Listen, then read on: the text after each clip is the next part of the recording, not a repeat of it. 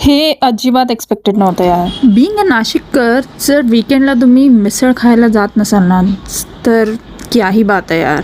So आमचं असं decide झालं होतं की आम्ही सगळे मिळून मिसळ खायला जाणार आहे आणि कोणत्या स्पॉटला जायचं ते काही डिसाईड होत नव्हतं. So we decided to go to पेरूची वाडी. बहुत नाम सुना है भाई, नासिक के लोगों को तो इसके बारे में पता ही होगा. So it's a really nice place असं मी ऐकलं होतं खूप रील्समध्ये. सो आय थॉट की चला बघूया. आणि ॲक्च्युली पप्पांना मिसळ खायची होती. सो वी वेंट टू पेरूची वाडी.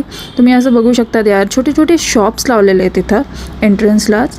आणि ही माझी मम्मी काहीतरी बघते कोणत्या तरी शॉपमध्ये. लेडीजचं कामच तेच आहे.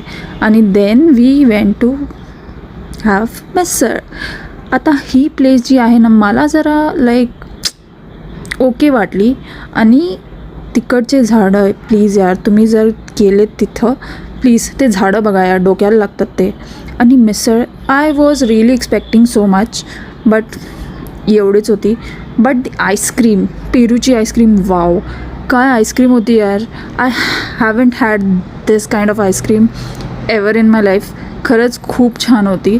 आणि त्याच्यानंतर आम्ही थोडं आजूबाजूला, तुम्ही बघितलंच असाल, थोडं वॉटर काइंड ऑफ लाईक एक छोटासा लेक क्रिएट केला आहे तिथे.